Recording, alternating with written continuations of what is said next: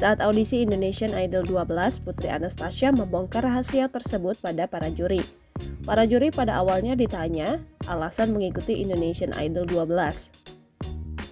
Pertama, itu karena passionnya di dunia musik dan ada salah satu lagu yang membuatnya ada di situ.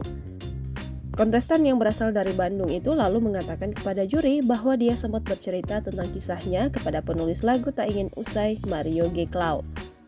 Sontak hal tersebut membuat para juri terkejut, termasuk Bunga Citra Lestari, Anang Hermansyah, dan Judika. Dari lagu yang diangkat dari kisahnya itu, Putri termotivasi untuk membuat karya sendiri. Putri mengaku senang lagu yang terinspirasi dari kisahnya mendapat sambutan positif di masyarakat. Lagu tersebut bahkan pernah viral dan menjadi backsound dari video-video di berbagai media sosial. Saat ditanya alasan dirinya tak membawakan langsung lagu tersebut, Putri mengaku belum cukup siap. Putri lantas menunjuk kemampuan bernyanyi serta penghayatan dalam pembawaan lagu tentang kisahnya tersebut.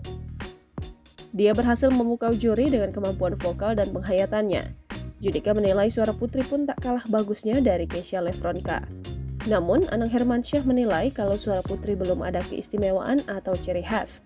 Putri lalu membawakan lagu lain untuk memuaskan hati Anang Hermansyah. Usai Putri menyanyikan lagu kedua itu, Bunga Citra Lestari mengatakan semua telah terpenuhi dalam diri Putri. Dengan penilaian dominasi yes dari para juri, Putri Anastasia berhasil mendapatkan golden ticket untuk melaju ke babak Indonesian Idol selanjutnya. Jangan lupa subscribe, share, komen, dan like ya!